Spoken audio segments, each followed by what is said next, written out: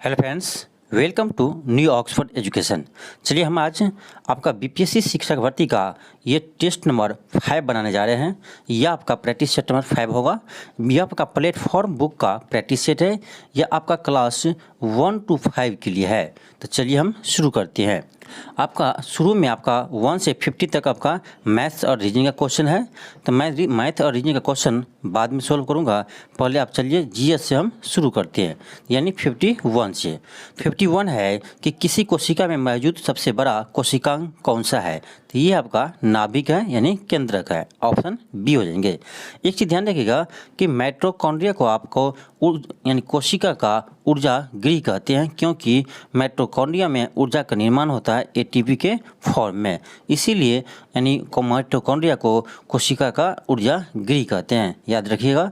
Next आपका है question number 52 है आपका कि अम्लीय विलयन में फिनोल्फ्थालीन का रंग कैसे होता है। तो अम्लीय में इसका रंग होता है आपका रंगहीन, यानी कोई भी कलर नहीं होता है, रंगहीन होता है। लेकिन यही जब आपका क्षारीय हो, जब फिनोल्फ्थालीन आपको किस में हो, क्षारीय विलयन में हो, तब इसका कलर होता है, याद रखिएगा, गुलाबी होता है। क्या होता है तब हो जाता है आपका गुलाबी।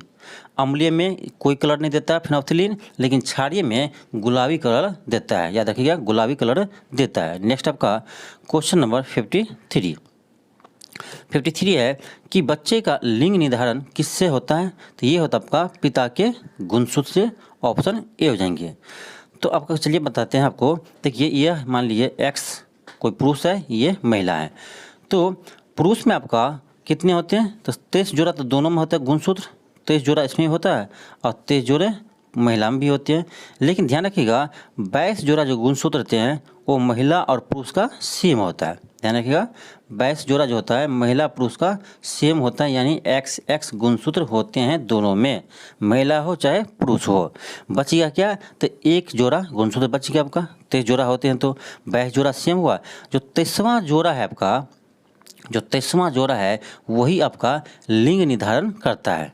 तो पुरुष में होता है आपका 23वां जोड़ा गुणसूत्र XY, और महिला में होता है आपका XX। तो जब X और X का मिलन होता है तो क्या बनता है, लड़की। जब X और Y का मिलन होता है तो क्या बनता है, लड़का। इतना ध्यान रखिएगा। तो आपका जो लिंग निर्धारण करता है वो क्या करता है, 10वीं जोड़ी गुणसूत्र लिंग निर्धारण करता है। ऑप्शन आपका क्या हो जाएंगे, ऑप्शन ए हो जाएंगे। नेक्स्ट आपका क्वेश्चन नंबर 54 है कि वायवीय शोषण क्या है। ध्यान रखिएगा, तो वैसा शोषण जो ऑक्सीजन के उपस्थिति में हो उसे कहते हैं वायवीय शोषण। ऑप्शन बी हो जाएंगे। ऑक्सीजन की उपस्थिति में शोषण को क्या कहते हैं, वायवीय शोषण।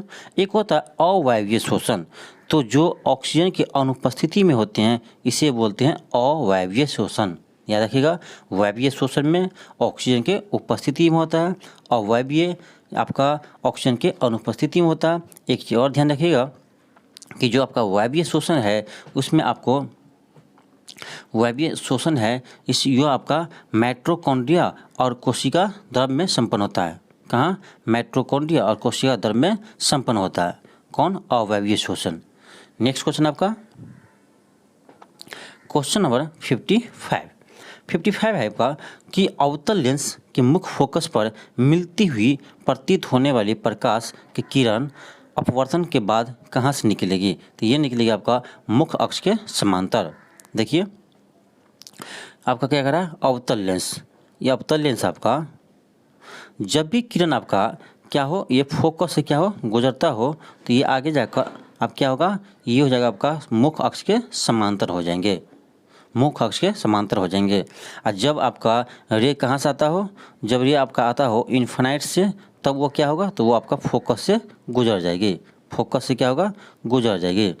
याद रखिएगा, तो फोकस से जब मुख्य लेंस से होकर प्रतीत होती है, यानी कि रे जाती है, तो वो आपका फोकस से होकर मिलती है। और जब फोकस से आती है तो वो मुख्य अक्ष के समांतर हो जाती है। ऑप्शन सी हो जाएंगे। एक चीज़ और ध्यान रखिएगा, लेंस की क्षमता क्या होता है, आपसे पूछेगा क्वेश्चन। तो लेंस की क्षमता होता है यानी फोकस दूरी के व्युत्क्रम को क्या कहते हैं, लेंस के क्षमता कहते हैं। तो P = 1/f याद रखिएगा। आपका लेंस की क्षमता का ऐसे मतलब क्या होता है, तो यह होता है का डायोप्टर। क्या होता है, डायोप्टर। लेंस की क्षमता कैसे मतलब डायोप्टर होता है। एक चीज़ और ध्यान रखिए कि अवतल लेंस का क्षमता होता है आपका निगेटिव में और उत्तल लेंस का क्षमता होता है आपका पॉजिटिव में, ध्यान रखिएगा। तो आपका कभी भी यही भी क्वेश्चन दे देगा कि किसी लेंस का क्षमता है आपका 2 डायोप्टर, तो बताइए कौन सा लेंस है। तो प्लस में है तो समझ जाना उत्तल होगा, यदि माइनस में है तो समझ जाना क्या होगा, अवतल होगा। चलिए हम नेक्स्ट क्वेश्चन में बात करते हैं, क्वेश्चन नंबर 56। अब इतना डिस्कस इसलिए करते हैं आपको कि हो सकता है इससे रिलेटेड जो भी क्वेश्चन हो आपको बन जाए। ऐसा नहीं कि ये क्वेश्चन आया तो हम सिर्फ इसका आंसर टिक कर दे सी और निकल जाए, इससे आपको नॉलेज नहीं होगा, आप रट लीजिएगा। लेकिन आप जब फैक्ट इतना देखेंगे, इससे रिलेटेड जितना भी है वो भी जानेंगे, तो आपको इस एक क्वेश्चन के साथ आप 5 क्वेश्चन बना रहे हैं। एक तरह से जानिए आपकी ये आपका क्लास चल रहा है, यानी कि सिर्फ टेस्ट चल रहा है। टेस्ट रहा था हम बोलते हैं ऑप्शन सी। चलिए नेक्स्ट है आपका 56, इसका होगा ऑप्शन डी, कुछ बोलते चल जाता है ऐसी सोचा ऑप्शन बोलते चले जाते हैं। लेकिन हम टाइम देते हैं, एक आपको वीडियो बनाने में हमको 1.5 घंटा समय का वीडियो रहता है, वो 2 घंटा समय लगता है बनाने में, इसे ध्यान दीजिए आप। नेक्स्ट क्वेश्चन आपका है कि 56 क्वेश्चन है कि निमोनिया किसके सूजन के कारण होता है। तो ये होता है आपका फेफड़े में सूजन के कारण निमोनिया होता है। फेफड़े में सूजन के कारण क्या होता है, तो निमोनिया होता है। नेक्स्ट आपका क्वेश्चन नंबर है 57 है कि सभी अम्ल धातुओं के साथ अभिक्रिया करके, तो अम्ल क्या करता है, अभिक्रिया करके H+ आयन देता है, तो क्या होगा, हाइड्रोजन। क्या निकलेगा, हाइड्रोजन गैस उत्पन्न करते हैं। वही आपका रहता है क्या, क्षार रहता, तब क्या होता, तो OH- देते हैं। याद रखिएगा कि जो जल में घुलकर H+ आयन दे वो क्या है, अम्ल है, और जो जल में घुलकर OH- आयन दे वो क्या है, क्षार है। एक चीज़ और ध्यान रखिएगा कि जिसका pH मान 7 से कम हो वो अम्ल है, और जिसका pH मान 7 से अधिक हो वो क्या है, क्षार है। जिसका pH मान 7 हो वो क्या है, आपका उदासीन है, याद रखिएगा। तो नेक्स्ट हो जाएगा आपका क्वेश्चन नंबर 58। क्वेश्चन है कि निम्नलिखित, एक सेकेंड, क्वेश्चन है 58। क्वेश्चन है कि निम्नलिखित में से किस रक्त समूह को सार्वभौमिक दाता कहते हैं। ये कहता है आपका O- को। O- या किसी को भी रक्त दे सकता है, इसीलिए उसको बोलते हैं सार्वभौमिक दाता, यानी किसी को दे सकते हैं। एक होता है सर्वग्राही, ये होता है आपका AB। कौन सा ग्रुप होता है, ब्लड ग्रुप AB होता है, जो आपको किसी से भी ब्लड ग्रुप ले सकता है, उसको बोलते हैं सर्वग्राही, यानी कोई भी ब्लड ग्रुप का वो ब्लड ले सकता है, इसीलिए उसको बोलते हैं क्या, सर्वग्राही। तो ये आपका यहाँ पूछा गया है कि सार्वभौमिक दाता किसे कहते हैं, तो O- को। किसे कहते हैं, O- को। नेक्स्ट आपका क्वेश्चन नंबर है आपका 59 है कि किसी परमाणु के नाभिक में प्रोटॉन और न्यूट्रॉन की कुल संख्या को क्या कहते हैं। एक चीज़ ध्यान दीजिए कि देखिए एक कोई भी आपका परमाणु है, इसके नाभिक में यानी न्यूक्लियस में होता है प्रोटॉन और न्यूट्रॉन। क्या होते हैं, प्रोटॉन और न्यूट्रॉन। जो इलेक्ट्रॉन रह गया वो इसके चारों ओर क्या करते हैं, चक्कर लगाते रहते हैं, चारों ओर क्या करते हैं, चक्कर लगाते रहते हैं। यानी प्रोटॉन और न्यूट्रॉन आपके न्यूक्लियस में रहता है। इसी को बोलते हैं हम क्या, इसको बोलते हैं द्रव्यमान संख्या, एटॉमिक मास नंबर।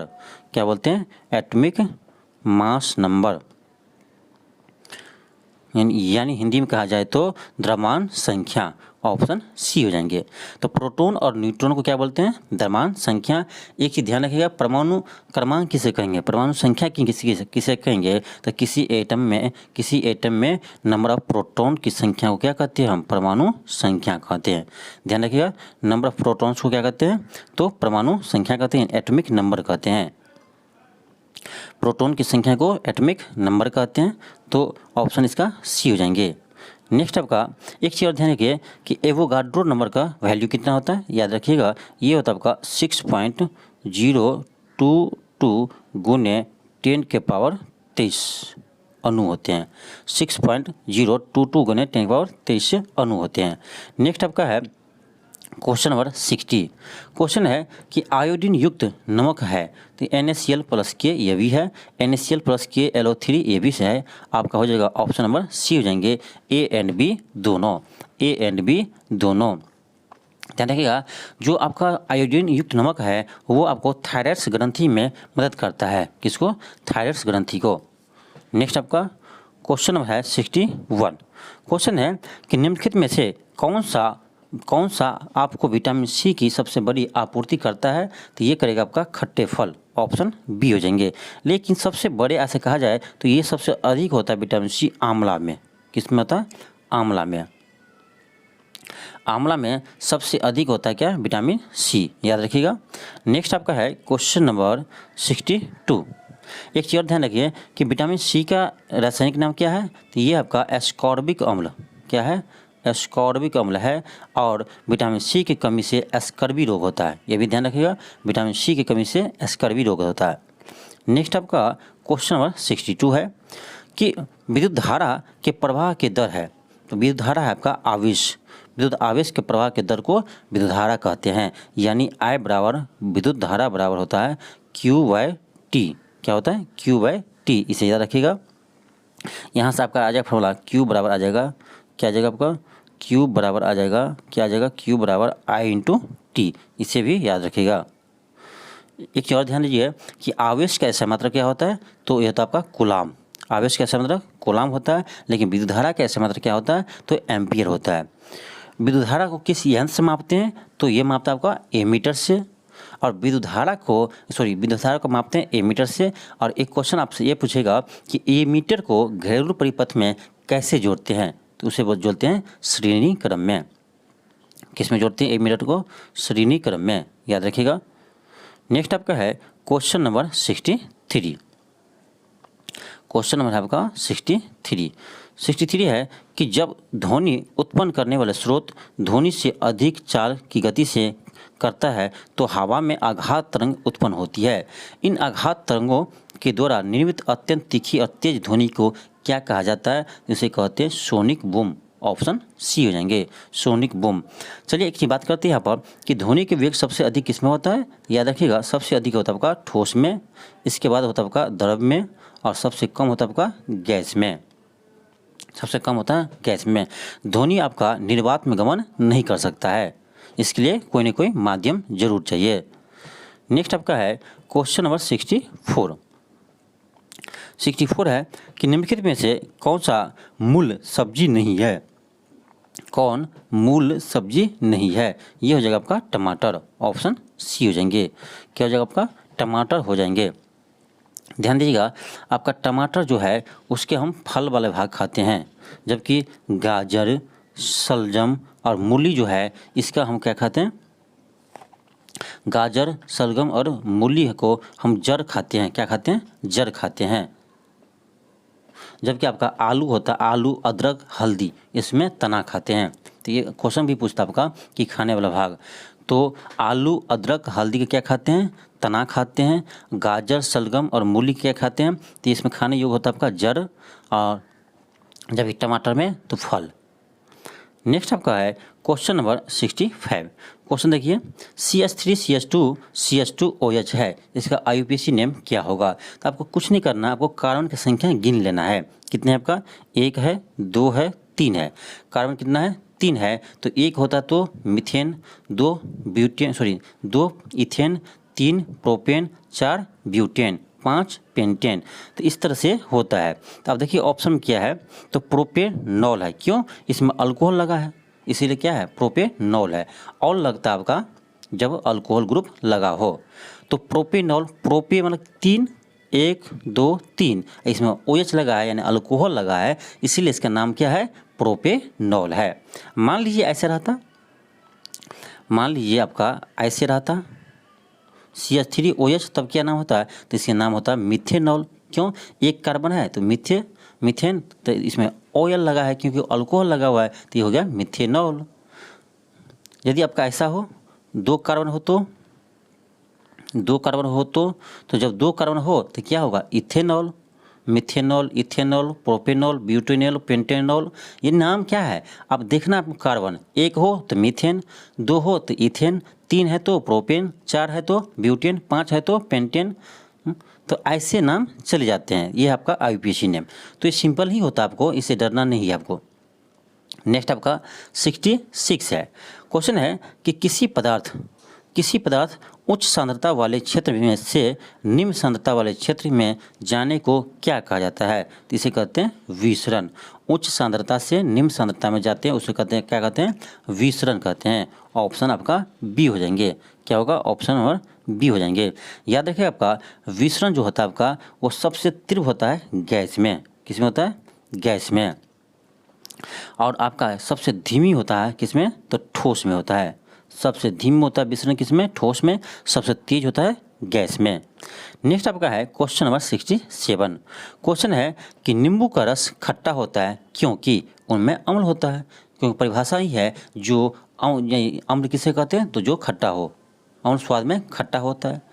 एक चीज़ और ध्यान रखिएगा कि जिसका पीएच मान क्या हो? 7 से कम हो, इसे हम अम्ल कहते हैं। और जो जल में घुलकर H+ आयन देता हो, इसे भी हम अम्ल कहते हैं। तो इसे भी याद रखिएगा। और एक चीज़ और है कि जो नीला लिटमस पत्र को क्या कर दे? लाल कर दे। क्या कर दे? नीला लिटमस पत्र को लाल कर दे, ये भी क्या आपका है? अम्ल है। तो इतना ध्यान रखिएगा। क्षार क्या होता है? क्षार का पीएच मान 7 से अधिक हो जाएगा। वो H+ आयन नहीं, OH- आयन देता है जल में घुलकर। कौन? क्षार। और वो क्या करता है? तो लाल लिटमस पत्र को क्या करता है? नीला करता है। इसका जस्ट उल्टा याद रखिएगा। तो ये हो जाएगा आपका क्षार। नेक्स्ट आपका है क्वेश्चन नंबर 68। क्वेश्चन नंबर आपका 68 है। 68 है आपका। क्वेश्चन है कि पृथ्वी की सतह की निकटतम वायुमंडल की परतें कौन सी है? तो ये होता है आपका क्षोमंडल। क्षोमंडल, यहीं पर आपका वायुमंडल से संबंधित सभी घटने होते हैं। यानी आपका बादल बनते हैं, बारिश होते हैं, सब क्या कहाँ होते हैं? क्षोमंडल में। और एक है आपका समताप मंडल। तो समताप मंडल में आपका ओजोन परत पाए जाते हैं। याद रखिएगा ओजोन परत कहाँ होते हैं? समताप मंडल में। ओजोन परत क्यों होते हैं? तो ये होता है आपका सूर्य से आने वाली परावैंगनिक किरण को रोकता है, पृथ्वी पर आने से रोकता है। और ओजोन परत का क्षय सबसे अधिक कौन कर रहा है? तो ये करता है आपका CFC यानी क्लोरोफ्लोरोकार्बन। इतना आप जरूर याद रखिएगा। एक चीज़ और याद रखिए, ओजोन का सूत्र होता है O3। नेक्स्ट आपका है क्वेश्चन नंबर 69। क्वेश्चन नंबर 69 है आपका कि मानव शरीर का सबसे बड़ा आंतरिक अंग कौन सा है? मानव शरीर का सबसे बड़ा आंतरिक अंग कौन सा है? तो ये आपका यकृत है। ऑप्शन ए हो जाएंगे। क्या है? यकृत है। याद रखिएगा यकृत से आपका पीत रस स्रावित होता है। कौन? पीत रस स्रावित होता है। और ये जमा कहाँ होता है? तो ये जमा होता है आपका पित्ताशय में। पित्ताशय में। याद रखिएगा पीत रस का स्रावित होता है कहाँ से? आपका यकृत से। लेकिन वो जमा कहाँ होता है? तो वो होता है आपका पित्ताशय में। याद रखिएगा जमा होता है आपका पित्ताशय में। नेक्स्ट आपका क्वेश्चन नंबर 70 है। 70 में क्वेश्चन है कि गन्ना में पाया जाता है। तो गन्ना में आपका ग्लूकोज और फ्रुक्टोज पाया जाता है। ऑप्शन डी हो जाएंगे। ग्लूकोज और फ्रुक्टोज पाया जाता है। ऑप्शन डी हो जाएंगे। नेक्स्ट आपका क्वेश्चन नंबर 71 है कि बेरी किस वजह से उत्पन्न होता है? तो बेरी आपका विटामिन B1 के कमी से होता है। विटामिन B1 की कमी से क्या होता है? बेरी। विटामिन C की कमी से क्या होता है? तो एस्कर्बी। याद रखिएगा क्या होता है? एस्कर्बी। और विटामिन A की कमी से क्या होता है? रतौंधी होता है। विटामिन D की कमी से क्या होता है? तो आपका रिकेटस होता है, जिसे सूखा रोग कहते हैं। तो याद रखिएगा। नेक्स्ट आपका है क्वेश्चन नंबर 72।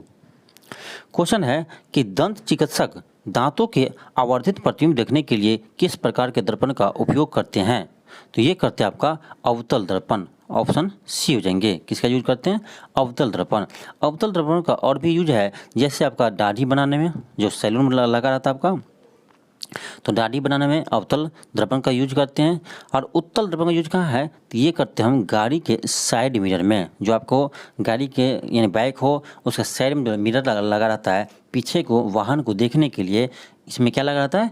तो उत्तल दर्पण लगा रहता है। एक क्वेश्चन आपसे कि बताओ कि गाड़ी के बाहर में उत्तल दर्पण ही क्यों लगाते हैं? साइड मिरर में, गाड़ी के साइड मिरर में उत्तल दर्पण के ही यूज क्यों करते हैं? इसका जवाब आप कमेंट बॉक्स में ज़रूर दीजिएगा। नेक्स्ट आपका है क्वेश्चन नंबर 73। क्वेश्चन नंबर 73 है कि कौन सी ग्रंथि केवल यौवन तक सक्रिय रहती है? यानी जब तक आपका यौवन है वो तब तक वो सक्रिय रहता है। ये आपका थाइमस ग्रंथि है। कौन है? थाइमस ग्रंथि है। यह पिट्यूटरी ग्रंथि है। तो पिट्यूटरी ग्रंथि को हम मास्टर ग्रंथि भी कहते हैं। यह आपका अंतःस्रावी ग्रंथि है, इसे मास्टर ग्रंथि कहते हैं। किसको? पिट्यूटरी ग्रंथि को। नेक्स्ट आपका है क्वेश्चन नंबर 74। क्वेश्चन है कि निम्नलिखित में से कौन सा ध्वनि तरंग का एक अभिलक्षण नहीं है? तो ये आपका प्रगामी होता है, यांत्रिक भी है, अनुदैर्ध्य भी है, लेकिन यह आपका विद्युत चुम्बकीय तरंग नहीं है। ध्वनि विद्युत चुम्बकीय तरंग नहीं है। ये आपका क्या है? तो यांत्रिक तरंग है और अनुदैर्ध्य तरंग है। यांत्रिक तरंग है, अनुदैर्ध्य तरंग है। ध्वनि का वेग सबसे अधिक किसमें होगा? तो ठोस में, इसके बाद द्रव में, सबसे कम गैस में। नेक्स्ट आपका क्वेश्चन नंबर 75 है कि निम्नलिखित में से किस विटामिन को B2 के नाम से भी जाना जाता है? तो ये जानते हैं आपका राइबोफ्लोविन को। राइबोफ्लोविन यानी B2 का रासायनिक नाम क्या है? राइबोफ्लोविन है। और आपका थायमिन जो है ये आपका विटामिन B1 का नाम है। क्या है? B1 का रासायनिक नाम है क्या? थायमिन। क्या नाम है? थायमिन। नेक्स्ट आपका है कि नियासिनामाइड। क्या है? नियासिनामाइड। ये आपका विटामिन B3 का रासायनिक नाम है। किसका नाम है? B3 का रासायनिक नाम है। ये जो आपका है साइनोकोआल्बिन, ये आपका विटामिन B12 का रासायनिक नाम है। तो रासायनिक नाम आप विटामिन का जरूर याद कर लीजिएगा और उस विटामिन से कमी होने वाले, इस विटामिन की कमी से होने वाले रोगों के नाम भी जरूर याद कर लीजिएगा, आपसे एग्जाम में पूछे जाते हैं। नेक्स्ट आपका है क्वेश्चन नंबर 76। क्वेश्चन है कि मूसा पराडिक्सिका का सामान्य प्रचलित नाम क्या है? तो ये आपका है 76 का हो जाएगा आपका ऑप्शन नंबर सी हो जाएंगे। ये आपका केला का वैज्ञानिक नाम है। नेक्स्ट आपका है क्वेश्चन नंबर 77। क्वेश्चन है कि निम्नलिखित में से कौन सा अंग मानव नेत्र की संरचना से संबंधित है? तो ये है आपका ऑप्शन बी हो जाएंगे आइरिस। क्या हो जाएंगे? आइरिस। एक चीज़ ध्यान रखिएगा कि मानव नेत्र में प्रतिबिंब जो बनता है वो आपके रेटिना पर बनता है। क्या बनता है? रेटिना पर प्रतिबिंब बनता है। मानव का आँख जो होता है वो आपका उत्तल लेंस की तरह बिहेव करता है। नेक्स्ट आपका है क्वेश्चन नंबर 78। क्वेश्चन है कि खेतों में घुलने वाले रसायनों की अत्यधिक मात्रा में फसलें फूलने के लिए पोषक तत्वों के रूप में कार्य करती है। ये आपका शैवाल है। ऑप्शन सी हो जाएंगे। कौन कार्य करता है? तो शैवाल। नेक्स्ट आपका है क्वेश्चन नंबर 79। क्वेश्चन है कि कॉलेरा रोग होता है, कॉलेरा रोग होता है तो ये होता है आपका बैक्टीरिया से। ऑप्शन ए हो जाएंगे। नेक्स्ट आपका है क्वेश्चन नंबर 80। क्वेश्चन है कि पुरुष में प्राथमिक यौन अंग कौन सा है? पुरुष में प्राथमिक यौन अंग कौन सा है? तो ये होता है आपका वृषण। ऑप्शन बी हो जाएंगे। नेक्स्ट आपका 81 है। 81 है कि वह शैवाल जिसका उपयोग अंतरिक्ष यात्री भोजन के रूप में करते हैं वह क्या है? तो वह है आपका कैलोरा। ऑप्शन ए हो जाएंगे। नेक्स्ट आपका क्वेश्चन नंबर 82 है कि ब्रेड बनाने में किसका उपयोग किया जाता है? तो इसका हो जाएगा आपका ऑप्शन नंबर डी हो जाएंगे। नेक्स्ट आपका है क्वेश्चन नंबर 83। क्वेश्चन है कि कॉट्रेल अवक्षेपक का उपयोग किया जाता है। तो ये हो जाएगा आपका ऑप्शन नंबर ए कि धुएं से कार्बन कणों को अवक्षेपित करने में। ऑप्शन ए हो जाएंगे। नेक्स्ट आपका है क्वेश्चन नंबर 84। क्वेश्चन है कि जल के पोषक समृद्धि द्वारा झील का प्राकृतिक काल यानी एजिंग दर्शाने की क्रिया को क्या कहते हैं? तो ये कहते हैं आपका सुपोषण। ऑप्शन ए हो जाएंगे। 84 का आपका ऑप्शन ए हो जाएंगे। नेक्स्ट आपका 85। क्वेश्चन है कि निम्नलिखित में से कौन अक्रिस्टलीय है? कौन अक्रिस्टलीय है? तो ये आपका कांच। ऑप्शन बी हो जाएंगे। नेक्स्ट आपका क्वेश्चन नंबर 86। क्वेश्चन कर रहा है कि कणों के बीच आकर्षण बलों के बढ़ते क्रम में निम्नलिखित में से पदार्थों को व्यवस्थित कीजिए। तो ये हो जाएगा आपका ऑप्शन डी हो जाएंगे। सबसे अधिक बल होता है शर्करा के बीच, फिर दूध, फिर हो जाएगा हाइड्रोजन। ऑप्शन डी हो जाएंगे। नेक्स्ट आपका है क्वेश्चन नंबर 87। 87 है कि अपच में उपचार के लिए निम्नलिखित में से किस प्रकार की दवाओं का उपयोग किया जाता है? तो ये करते हैं हम क्या? अम्ल। तो अम्लनाशक। क्या करते हैं? अम्लनाशक यानी एंटी एसिड। क्या करते हैं? एंटी एसिड का यूज करते हैं। नेक्स्ट आपका है क्वेश्चन नंबर 88 है। क्वेश्चन नंबर 88 है कि सर्दियों में ऊनी वस्त्र हमें गर्म रखते हैं, तो ऊनी के ऊष्मा रोधी होने का कारण क्या है? ऑप्शन ए है कि ऊनी रेशा आपस में कसकर जुड़े हुए हैं और ठंडी हवा को गुजरने नहीं देते।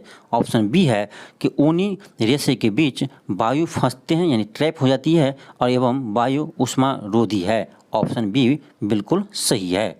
नेक्स्ट आपका है क्वेश्चन नंबर 89 है कि बिहार राज्य के लोगों के लिए मधुमक्खी पालन की प्रक्रिया शुरू करने की सर्वोत्तम समय कौन सी है? तो ये होता है आपका अक्टूबर से दिसंबर। ऑप्शन ए हो जाएंगे।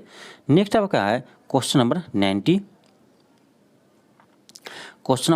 90 है कि मानव पोषण के संदर्भ में स्वांगीकरण का अर्थ क्या है? स्वांगीकरण का अर्थ क्या है? तो ये हो जाएगा आपका ऑप्शन सी कि पचा हुआ पदार्थ शरीर में जटिल पदार्थों को बनाने में उपयोग होना। ऑप्शन सी हो जाएंगे। नेक्स्ट आपका है 91 क्वेश्चन है कि प्रतिवर्ष विश्व उपभोक्ता अधिकार दिवस कब मनाते हैं? विश्व उपभोक्ता अधिकार दिवस कब मनाते हैं? तो ये मनाते हैं आपका 15 मार्च को विश्व उपभोक्ता दिवस। एक बताना क्वेश्चन आपका कि राष्ट्रीय उपभोक्ता दिवस कब मनाते हैं? राष्ट्रीय उपभोक्ता दिवस कब मनाते हैं? राष्ट्रीय उपभोक्ता दिवस कब मनाते हैं? इसका जवाब देना आपको कमेंट बॉक्स में इसका जवाब जरूर दीजिएगा कि राष्ट्रीय उपभोक्ता दिवस कब मनाते हैं। नेक्स्ट आपका है क्वेश्चन नंबर 92। क्वेश्चन नंबर 92 है कि मुद्रा की दशमलव प्रणाली के साथ प्रचलित नया पैसा शब्द पैसा हो गया। नया शब्द कब पैसा हो गया? तो 92 को हो जाएगा आपका ऑप्शन नंबर डी 1 जून 1964 को। यानी पहले नाम था क्या? नया पैसा, उसके बाद क्या हो गया? पैसा हो गया। ये कब हुआ? तो 1964 को हुआ है।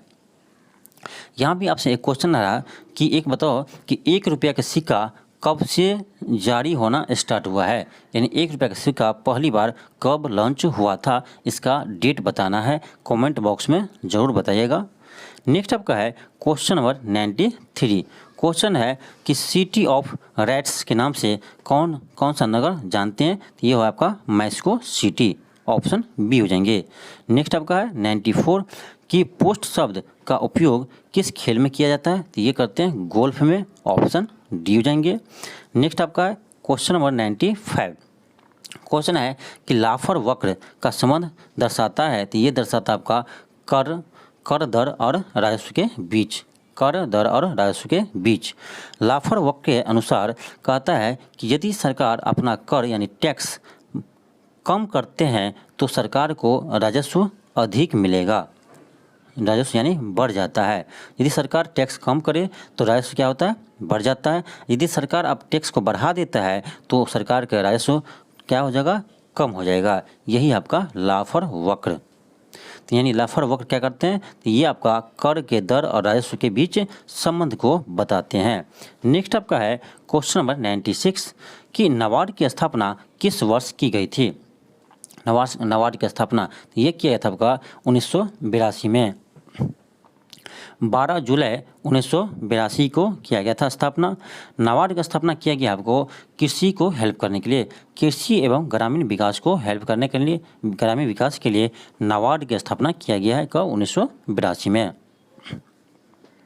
नेक्स्ट आपका 97 क्वेश्चन है कि दक्षिण भारत में स्वतंत्र बहमनी साम्राज्य की स्थापना के समय दिल्ली के सल्तनत का शासक कौन था? तो ये था आपका, याद रखिएगा, मोहम्मद बिन तुगलक। कौन था? मोहम्मद बिन तुगलक। नेक्स्ट आपका है 98 क्वेश्चन है कि निम्नलिखित में से कौन सी नदी अफ्रीका में नहीं है? तो ये आपका अमेजन नदी नहीं है। ध्यान रखिएगा कि आपका सबसे चौड़ी नदी है कौन? अमेजन नदी। सबसे लंबी नदी है नील नदी, लेकिन विश्व का कहा जाए सबसे बड़ी नदी यानी चौड़ी में तो वो हो जाएगा आपका अमेजन नदी। ऑप्शन डी हो जाएगा इसका। नेक्स्ट आपका है 99 क्वेश्चन है कि आइसोहेड्स रेखा संबंध है। आइसोहेड रेखा किससे संबंधित है? तो ये आपका वर्षा के समान मात्रा वाले स्थानों को मिलाने वाली रेखा। ये क्या है आपका, बी क्या है, समुद्र के अंदर समान गहराई वाले स्थानों को मिलाने वाला रेखा, तो इसे कहते हैं, याद रखिएगा, आइसोबेथ। क्या कहते हैं, आइसोबाथ, आइसोबाथ।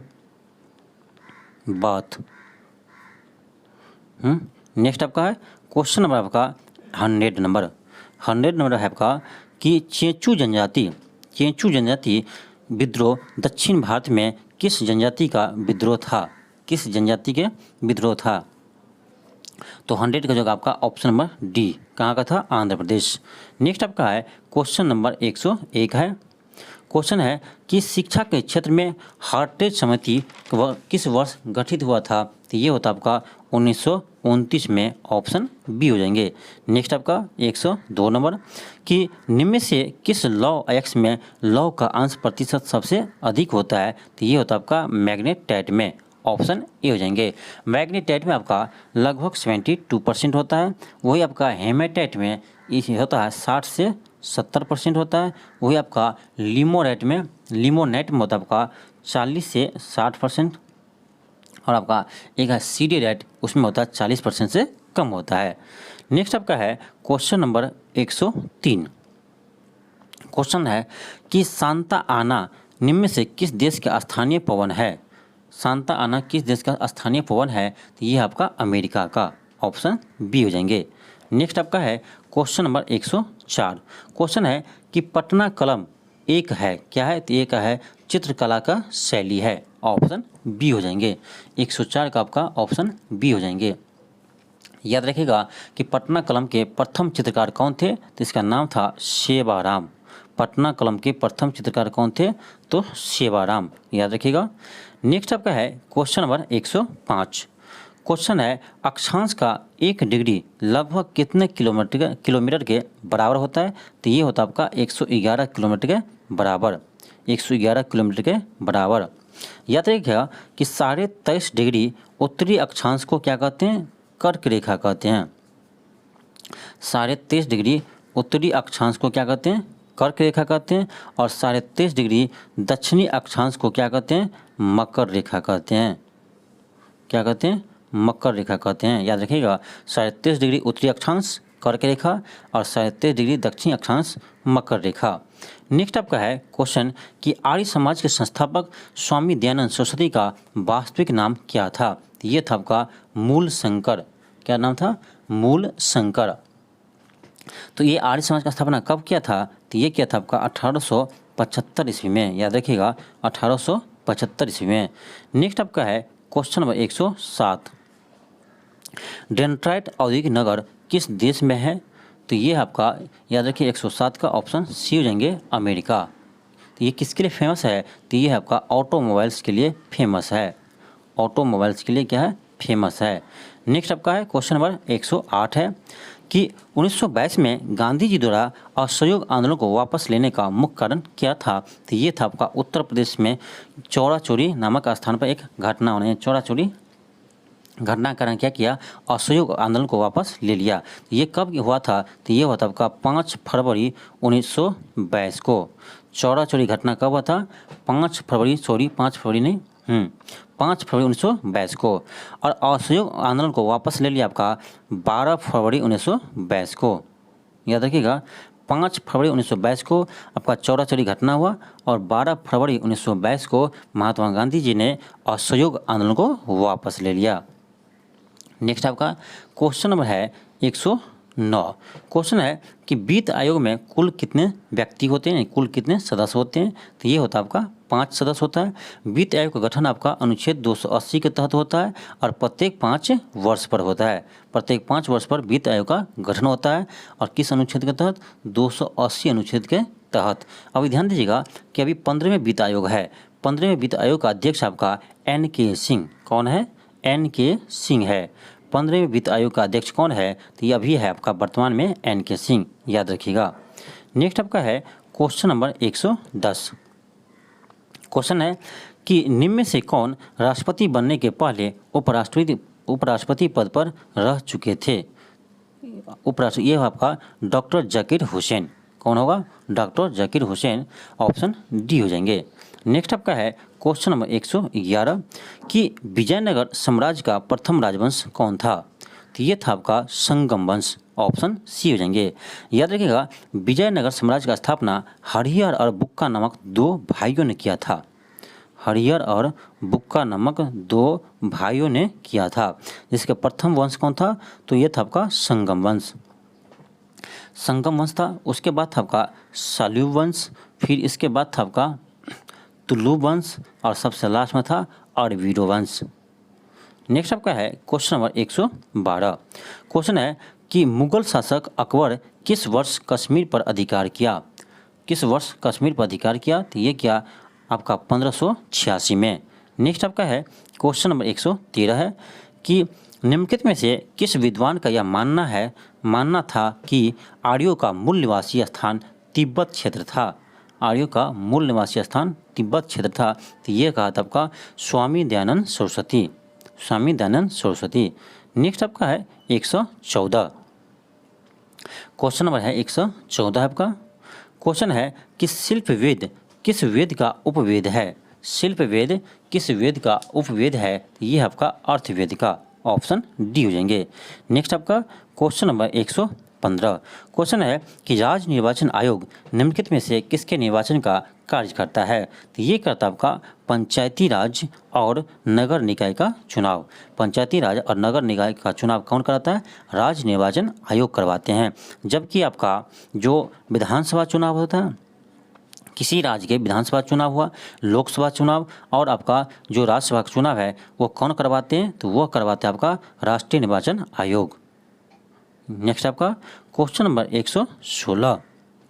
क्वेश्चन है आपका कि बिहार में जल जीवन हरियाली मिशन की शुरुआत कब हुआ था? बिहार में जल जीवन हरियाली मिशन की शुरुआत कब हुआ था? तो ये होता आपका 26 अक्टूबर 2019 को, ऑप्शन बी हो जाएंगे। नेक्स्ट आपका क्वेश्चन नंबर 117 है कि देव समाज का संस्थापक कौन थे? देव समाज के संस्थापक कौन थे? तो ये था आपका शिव नारायण अग्निहोत्री, शिव नारायण अग्निहोत्री। नेक्स्ट आपका क्वेश्चन नंबर 118 है कि मुक नायक नामक समाचार पत्र का प्रकाशन किसके द्वारा करवाया गया था, यानी क्या था? तो ये क्या था आपका doctor Bhimrao Ambedkar, option D हो जाएंगे। डॉक्टर भीमराव अंबेडकर मूल नायक। नेक्स्ट आपका क्वेश्चन नंबर 119 है कि इनमें से कौन बिहार के कृषक नेता थे? तो ये था आपका स्वामी विद्यानंद भी थे, यानी आपका ए भी हो जाएगा, बी भी हो जाएगा और सी भी हो जाएंगे, ऑप्शन डी हो जाएंगे। लेकिन आपका याद रखिएगा अखिल भारतीय किसान सभा का गठन किया था 1936 में, लखनऊ में किया था 1936 में, जिसके अध्यक्ष थे आपका स्वामी सहजानंद सरस्वती, याद रखिएगा।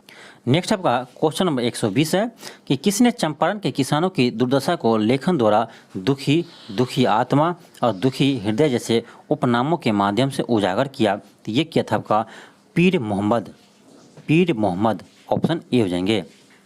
नेक्स्ट आपका है क्वेश्चन नंबर 121। क्वेश्चन है कि कपास की काली मिट्टी को क्या कहा जाता है? तो रेगुड़ मिट्टी भी कहते हैं, यानी काली मिट्टी को रेगुड़ मिट्टी भी कहते हैं, जो आपको कपास की खेती के लिए उपयुक्त होता है, इसीलिए इसको हम कपासी मिट्टी भी कहते हैं, ऑप्शन बी हो जाएंगे। काली मिट्टी का आपका सर्वाधिक विकास हुआ कहाँ? यह आपका महाराष्ट्र और गुजरात में है। काली मिट्टी कहाँ सबसे अधिक है? तो महाराष्ट्र और गुजरात में है। नेक्स्ट आपका क्वेश्चन नंबर है आपका 122।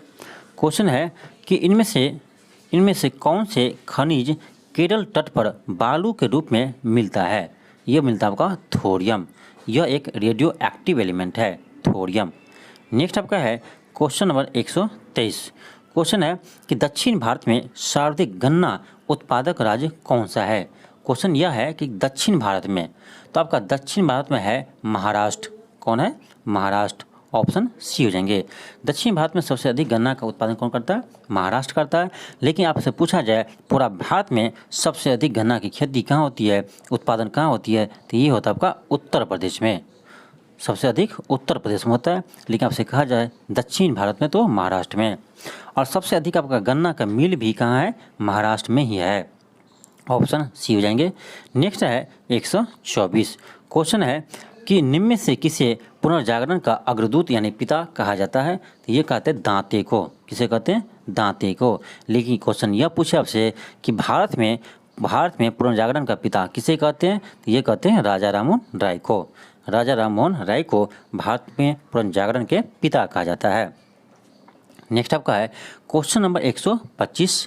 क्वेश्चन है कि किस वर्ष सुभाष चंद्र बोस ने भारतीय राष्ट्रीय सेना का नेतृत्व किया?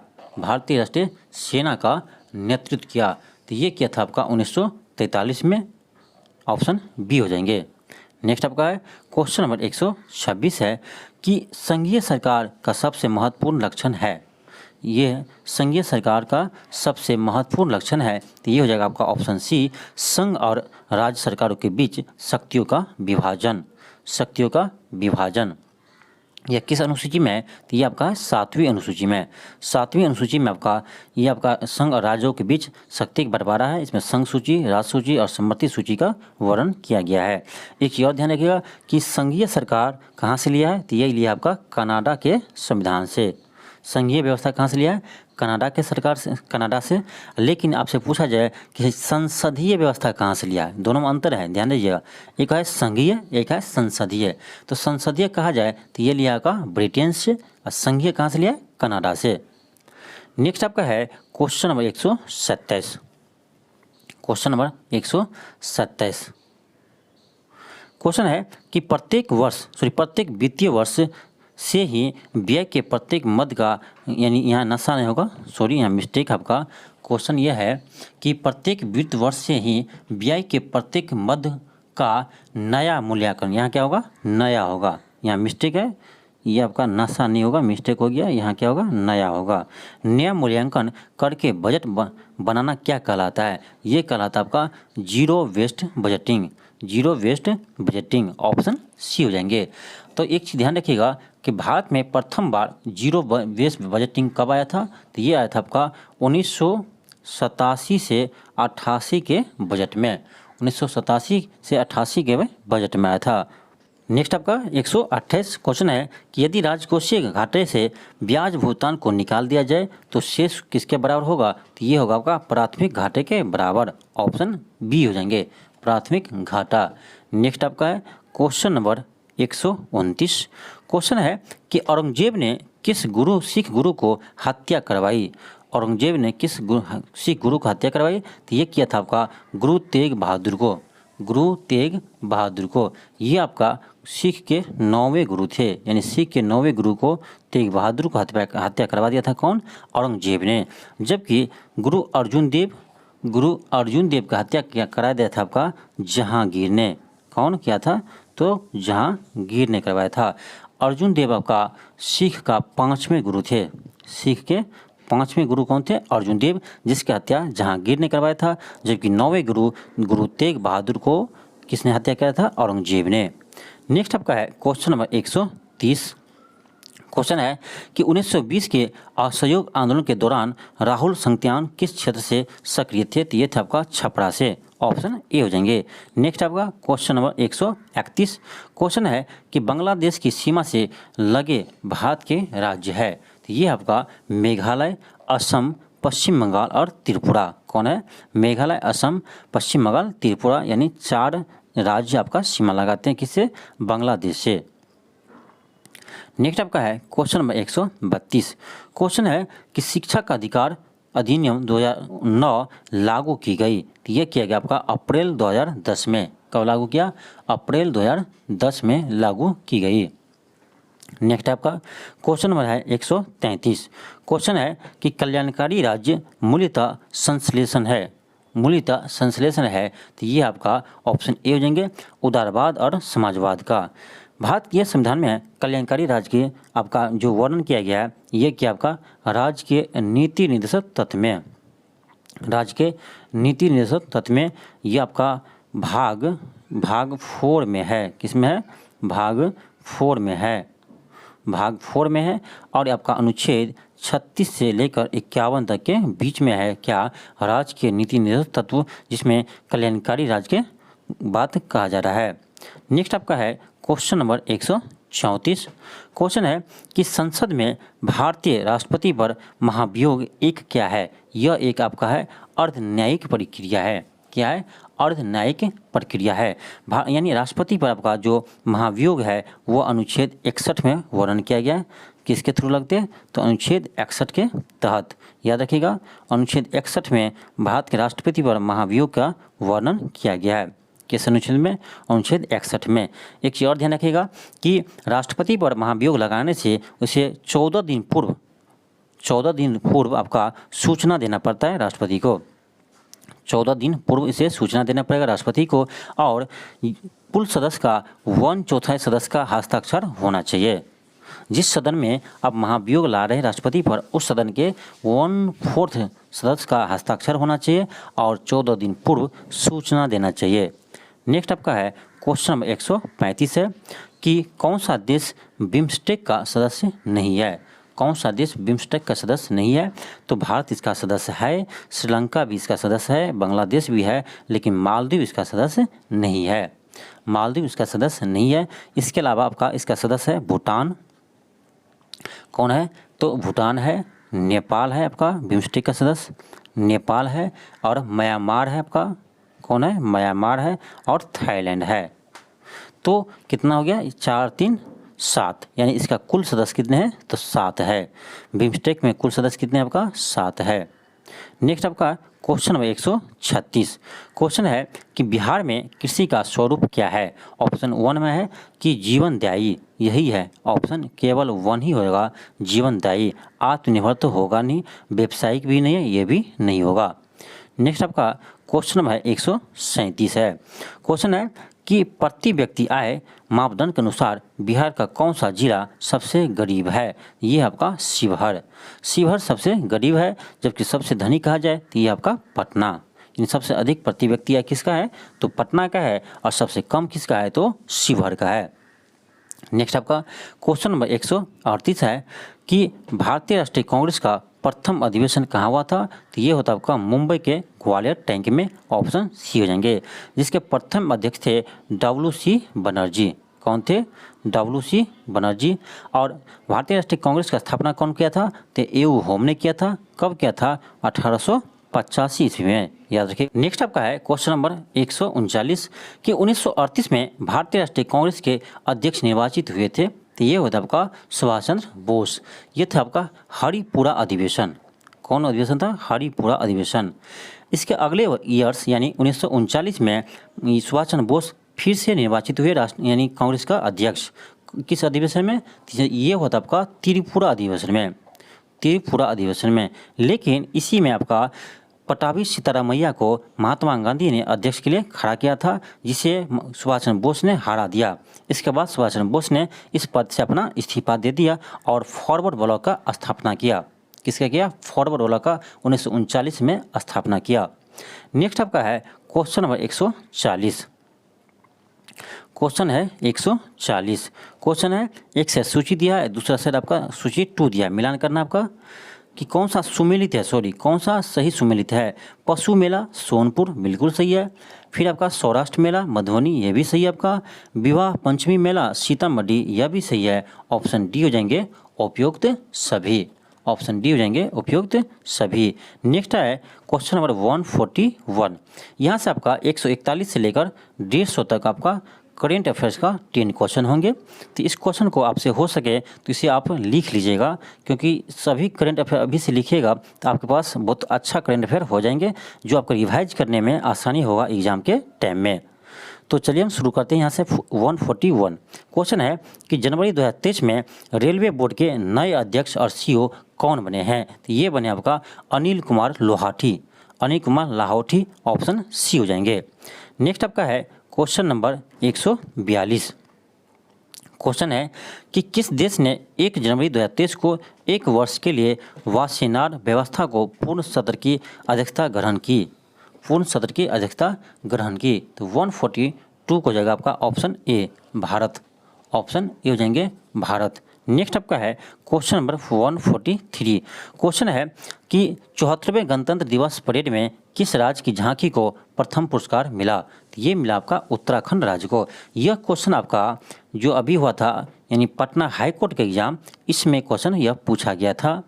तो यही क्वेश्चन था आपका कि 74वें गणतंत्र दिवस के परेड में किस राज्य की झांकी को प्रथम पुरस्कार मिला? तो उत्तराखंड को, ऑप्शन डी हो जाएंगे। नेक्स्ट आपका है क्वेश्चन नंबर 144। क्वेश्चन है कि भारतीय सेना ने जनवरी 2023 में अभ्यास त्रिसाकड़ी प्रहार संयुक्त परीक्षण का आयोजन कहाँ किया? तो 144 को जगह आपका ऑप्शन नंबर बी उत्तरी बंगाल में। कहाँ किया? उत्तरी बंगाल में। नेक्स्ट आपका क्वेश्चन नंबर है 145। क्वेश्चन है कि 2023 में विधानसभा चुनावों के लिए कर्नाटक में स्थापित मतदान केंद्रों की कुल संख्या कितनी थी? ये इतना इम्पोर्टेंट नहीं है, ऐसा क्वेश्चन नहीं पूछना चाहिए। हाँ, बिहार से रहता तो सोचते कि हाँ बिहार से क्वेश्चन आपको ऐसा पूछ सकता है, तो फिर भी देख लीजिए। तो 145 हो जाएगा आपका ऑप्शन नंबर डी हो जाएंगे। नेक्स्ट आपका क्वेश्चन नंबर 146। क्वेश्चन है कि विश्व महिला मुक्केबाज चैंपियनशिप 2023 में 75 किलोग्राम वर्ग में किसने स्वर्ण पदक जीता? तो ये जीता आपका लवलीना बोरगोन, ऑप्शन ए हो जाएंगे। नेक्स्ट आपका क्वेश्चन नंबर 147 है कि विश्व पशु चिकित्सा दिवस 2023 में कब मनाया गया? विश्व पशु चिकित्सा दिवस 2023 में कब मनाया गया? तो ये मनाया गया आपका 29 अप्रैल को। कब मनाया गया? 29 अप्रैल को। नेक्स्ट आपका 148। क्वेश्चन है कि 68वें हुंडई फिल्म फेयर पुरस्कारों में किस फिल्म को सर्वश्रेष्ठ फिल्म का पुरस्कार जीता है? ये जीता आपका ऑप्शन बी हो जाएंगे गंगूबाई कठियावाड़ी। नेक्स्ट है 149। क्वेश्चन है कि एक्जिम बैंक के वर्तमान अध्यक्ष और प्रबंधक निदेशक कौन है? तो ये है आपका हर्षा बंगारी, ऑप्शन सी हो जाएंगे हर्षा बंगारी। नेक्स्ट है और ये आपका जीएस का लास्ट क्वेश्चन है आपका कि पुस्तक वार एंड वुमेन किसने लिखी है? तो ये लिखा आपका doctor S.A. Hasan, option D हो जाएंगे। तो ये था आपका 100 प्रश्न था आपका जीके जीएस का। तो आपका बच गया अब मैथ और रीजनिंग का प्रश्न। तो चलिए हम अब मैथ और रीजनिंग के प्रश्न को सोल्व करते हैं। फर्स्ट क्वेश्चन है आपका कि हारिस के मासिक वेतन 45,000 में से 1/3 शिक्षा पर, 2/6 भोजन एवं अन्य आवश्यकताओं पर खर्च होता है और शेष वेतन वह बचत करता है। तो बचत की राशि कितनी होगी? देखिए ऐसे करना आपको कि देखिए 1/3 किस पर खर्च होता है? तो शिक्षा पर। और 2/6 किस पर खर्च होता है? तो वो होता है आपका भोजन और अन्य पर। 2/6 को हम काट सकते हैं, 2 या 6 आ जाएगा आपका 1/3। तो 1/3 आप प्लस 1/3 कितना होगा? तो ये हो जाएगा आपका 2/3। यानी 2/3 आपका क्या हो गया? खर्च हो गया। तो कितना बच गया आपका? तो 1 में से आप माइनस कर दीजिए, तो यह जाएगा आपका 1/3। यानी 1/3 भाग जो पैसा है वो आपका क्या हुआ? बच गया, जिसे वो बचत के रूप में राशि रखेगी। तो बचत के रूप में कितना हो जाएगा? तो 1/3। तो कितना टोटल पैसा है आपका? 45,000 है। तो 45,000 का आपका 1/3 कितना होगा? तो ये हो जाएगा आपका 15,000। 15 या 45, यानी वो सेविंग के रूप में कितना पैसा रखेंगे? तो 15,000। ऑप्शन नंबर आपका सी हो जाएंगे, ऑप्शन नंबर सी हो जाएंगे। नेक्स्ट आपका है क्वेश्चन नंबर 2। देखिए क्वेश्चन नंबर 2 जो है बहुत अच्छा क्वेश्चन है। यह क्वेश्चन है कि 1 का क्यू, 2 का क्यू प्लस 3 का क्यू से लेकर कहाँ तक है? 8 का क्यू है, उसके पावर है -5/2। तो इस क्वेश्चन देखिए हम कैसे सोल्व करते हैं। तो एक आप फार्मूला याद रखिए कि 1 का क्यू प्लस 2 का क्यू प्लस 3 का क्यू डॉट डॉट कहाँ तक? n के क्यू का ये सम का फार्मूला होता है, याद रखिएगा n × n+1/2 के होल स्क्वायर। ये आपको याद रखना पड़ेगा, n × n+1/2 के होल स्क्वायर। ये होता है फॉर्मूला आपका 1 के क्यू प्लस 2 के क्यू प्लस 3 के क्यू से लेकर कहाँ तक? n के क्यू तक। तो ये कहाँ है आपका? तो 8 तक ही है। तो यहाँ पर n के वैल्यू हम क्या लेंगे? तो 8 लेंगे। तो चलिए इसका सम आ जाएगा। तो इस सब को जोड़ने के लिए हम क्या करेंगे? इस फार्मूला का यूज कर लेंगे। तो n की जगह क्या होगा? 8 होगा। तो n × n+1 था तो 8 + 1 हो जाएंगे, बट्टे 2 था तो बट्टे 2 हो जाएंगे। इसका क्या था? होल स्क्वायर था, तो हम होल स्क्वायर कर दिए। तो अब देखिए 2 से कर दिए, 2 चुकी 8। तो ये आ गया आपका अंदर में 4 और ये जगह 8 × 1 = 9। इसका क्या हो जाएगा होल स्क्वायर। तो देखिए आगे हम दिखाते हैं आपको 9 चौक 36, देखते रहिए 9 चौक 36, अंदर में क्या था 4 गुणे 9 था, इसका स्क्वायर था, यानी क्या हो गया 36 का स्क्वायर। क्या था 36 का स्क्वायर। तो 36 के स्क्वायर को हम क्या लिख सकते हैं, लिख सकते हैं क्या 6 का स्क्वायर लिख सकते हैं, 6 के स्क्वायर, इसके भी पावर क्या है स्क्वायर है, यानी हम 6 के पावर 4 लिख सकते हैं। 36 स्क्वायर को हम 6 के पावर क्या लिख सकते हैं 4 लिख सकते हैं। अब देखिए इसके पावर में क्या है तो -5/2 है, इसके पावर में आपका -5/2 है। माइनस जब पावर में रहता है तो हम इसको ऐसे लिख सकते हैं, ये आप ऐसे लिखा जाएगा, देखिए कि 1/6 के पावर कितना था 4 था, अब जो पावर माइनस में था वो हो जाएगा आपका प्लस में 5/2। इस 2 से इसको काट दीजिए, 2 दूनी 4 आ जाएगा, यानी हो जाएगा 1/6 के पावर 5 दूनी 10, 6 के पावर 10 हो जाएंगे। यह नीचा है उसे ऊपर ले जाएंगे तो ये माइनस में आ जाएगा पावर, तो 6 के पावर -10 हो जाएंगे, ये जगह आपका ऑप्शन नंबर सी आ जाएंगे। ये बहुत ही अच्छा क्वेश्चन था। नेक्स्ट क्वेश्चन है आपका क्वेश्चन नंबर 4। क्वेश्चन है कि √3 + √11 का स्क्वायर क्या है, ये परिमेय संख्या है या अपरिमेय संख्या है। तो देखिए ऐसे कीजिए कि √3 + 11 का स्क्वायर है, यानी a + b का होल स्क्वायर का फॉर्मूला लगाइए, तो आएगा √3 का स्क्वायर, तो √3 का स्क्वायर प्लस √11 का स्क्वायर प्लस 2√3 × √11 आ जाएंगे। तो ऐसा होगा कि √3 का स्क्वायर क्या होता है तो 3 होगा, तो यह जाएगा आपका 3 प्लस √11 का स्क्वायर 11 हो जाएगा, प्लस 2√11 या 33 आ जाएंगे, यानी 14 प्लस 2√33 आ गया। तो ये रूट में है तो कौन सा संख्या अपरिमेय संख्या है, कौन सा संख्या ये अपरिमेय संख्या है, ऑप्शन नंबर सी हो जाएंगे। नेक्स्ट आपका है क्वेश्चन नंबर 5। क्वेश्चन नंबर 5 है कि निम्नलिखित में से किस में शांत दशमलव निरूपण है, यानी कौन सा शांत है। तो देखिए तो ए में आपका 4.1/9, उसमें भाग दीजिएगा तो आएगा आपका 111, यानी आपका रिपीट हो रहा है, तो ये आपका शांत नहीं है। चलिए सेकेंड बी को चेक करते हैं, तो ये आएगा आपका 2.333, ये भी क्या आपका अशांत है, ये भी नहीं होगा। चलिए हम सी को चेक करते हैं, तो ये होगा 1.1 में भाग दीजिए 2 से, तो ये आएगा आपका 0.2, यानी ये आपका क्या है शांत है, ऑप्शन नंबर सी हो जाएंगे।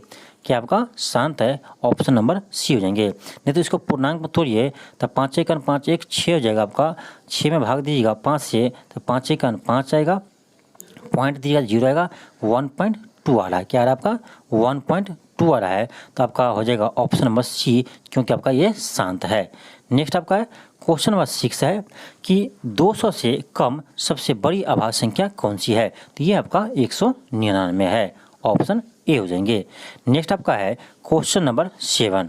क्वेश्चन नंबर 7 क्या है देखिए, ए के वैल्यू दिया है 9, बी का -5, सी का -4, कह रहा है AQ + BQ + CQ क्या होगा। तो कितने स्टूडेंट करेगा कि यहाँ पर 9 का क्यू करेगा, यहाँ पर क्या करेगा -5 का क्यू करेंगे, फिर आप -4 का क्यू करेंगे। तो ये आपका गधा वाला काम हुआ, ऐसे काम नहीं करना है। हमको क्या करना है देखिए, यहाँ पर देखिए A + B + C कीजिए, कितना आ रहा है देखिए, A का वैल्यू 9 है, B का वैल्यू -5 है, C का वैल्यू -4 है, कितना आ रहा है 0 आ रहा है। तो याद रखिएगा जब भी आपका A + B + C का वैल्यू क्या हो 0 हो, A + B + C का वैल्यू 0 हो, तो आपका AQ + BQ + CQ का वैल्यू होता है क्या 3ABC होता है, क्या होता है 3ABC होता है।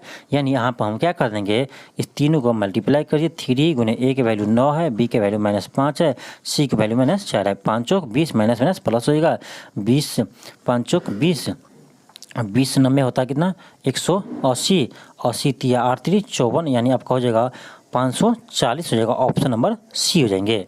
तो कितना सिंपल था, तो ऐसे बनाना आपको 540 हो जाएंगे। नेक्स्ट आपका है क्वेश्चन नंबर 8 है। क्वेश्चन है कि राहुल ने एक संख्या को 2 से गुना करने के बजाय 2 से क्या किया विभाज्य कर दिया, तो उत्तर क्या आया 2 आया। यानी किसी संख्या में 2 से भाग दिया तो उस संख्या का उत्तर क्या आया 2 आया, यानी वह संख्या क्या है 4 है, 2 दूनी 4 है। तो कह रहा है कि वो उसका वास्तविक उत्तर कितना होगा, यानी वो क्या करना चाह रहा था तो गुना करना चाह रहा था, यानी 4 में आप 2 से क्या कीजिए गुना कर दिए, 4 दूनी 8 आ जाएगा, इसका सही आंसर ऑप्शन नंबर क्या हो जाएंगे बी हो जाएंगे। क्वेश्चन नेक्स्ट आपका क्वेश्चन नंबर 9 कि इसमें 5 का स्थानीय मान पूछ रहा है। तो देखिए आप कितने अंक के बाद 5 है, 1 2 3 4 5 6 7, यानी 5 पर 7 गो 0 हो जाएगा। कितना होगा? 7 गो 0 हो जाएगा। इसको लिख सकते हैं 5 गुने 10 का पावर 7, ऑप्शन ए हो जाएंगे। नेक्स्ट आपका है क्वेश्चन नंबर 10। क्वेश्चन नंबर 10 है आपका कि इस संख्या क्या कर आपका कि एचसीएफ निकालने के लिए, तो ऐसा जब आपका भिन्न में दिया हो, एचसीएफ पूछ रहा है, तो ऊपर वाले को आप एचसीएफ निकालिए और आप नीचे वाले को क्या कीजिए? एलसीएम निकालिए। नीचे वाले को एलसीएम निकालिए। तो 2, 16, 32, 54 का आपका एचसीएफ हो जाएगा 2 और एलसीएम निकालिएगा तो हो जाएगा आपका 73, 71, यानी ऑप्शन नंबर डी हो जाएंगे। एलसीएम तो आता होगा ना, तो इसका एलसीएम निकालना है, ऊपर वाले को एचसीएफ निकालना है। इतना आपको करना होगा। नेक्स्ट आपका है क्वेश्चन नंबर 11। क्या है? क्वेश्चन नंबर 11 है।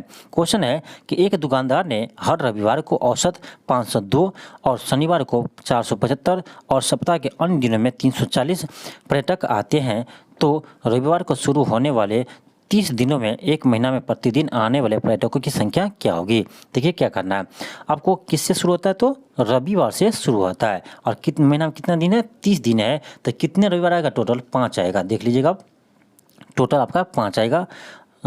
रविवार आपका 5 आएगा। और क्या करें आपका? रविवार को और शनिवार को। तो शनिवार कितना आएगा आपका? शनिवार आपका 4 आएगा। शनिवार आपका 4 आएगा। और बाकी डे कितना हो गया? 5, 4, 9, यानी 21 डे बच गया। तो आपसे ऐसे कीजिएगा, देखिए रविवार को हमको पैसा दिया, औसत कितना, सॉरी पैसा नहीं है, औसत पर्यटक है कितना है? 502 है। तो 5 रविवार पड़ता है और 4 आपका शनिवार पड़ता है। चलिए हम दिखाते हैं आपको। आप देखिए 5 आपका क्या है? रविवार है। तो एक रविवार को 502 आते हैं, तो 5 में कितना आएगा? इसे 5 से मल्टीप्लाई कर देंगे, प्लस 4, यानी 4 शनिवार है, तो एक शनिवार को कितना आते हैं? 475। 475 इसको गुना कर देंगे, कितना? 475 गुने 4 हो जाएंगे। 475 गुने 4 हो जाएंगे, प्लस बच गया 21 डे। तो इसमें बाकी में कितना आपका? 340 है। इसको गुना कर दीजिएगा, भागा आप 30 कर दीजिएगा, तो आपका आंसर आ जाएंगे। यह कितना आएगा? तो यह आएगा आपका 350 ही आएगा। ऑप्शन डी हो जाएंगे। आपका क्वेश्चन है कि किसी वस्तु पर 32% के छूट के साथ और 20 और 12 के 2 क्रमिक छूट के बाद उसके विक्रय मूल्यों का अंतर 36 रुपया है। यानी क्वेश्चन करने का अर्थ यह है कि एक बार वस्तु लिए तो 32% डिस्काउंट किया, और दूसरे जगह लिए आपको तो 20% पहले किया, फिर बाद में 12% किया, और इस दोनों का अंतर कितना है आपका? 36 रुपया है। तो आपसे पूछ रहा है कि इसका अंकित मूल्य क्या होगा। देखिए बहुत अच्छा प्रश्न आपका कि चलिए 32% तो है, लेकिन 2 क्रमिक है, उसको एक साथ करना है, तो कैसे करेंगे?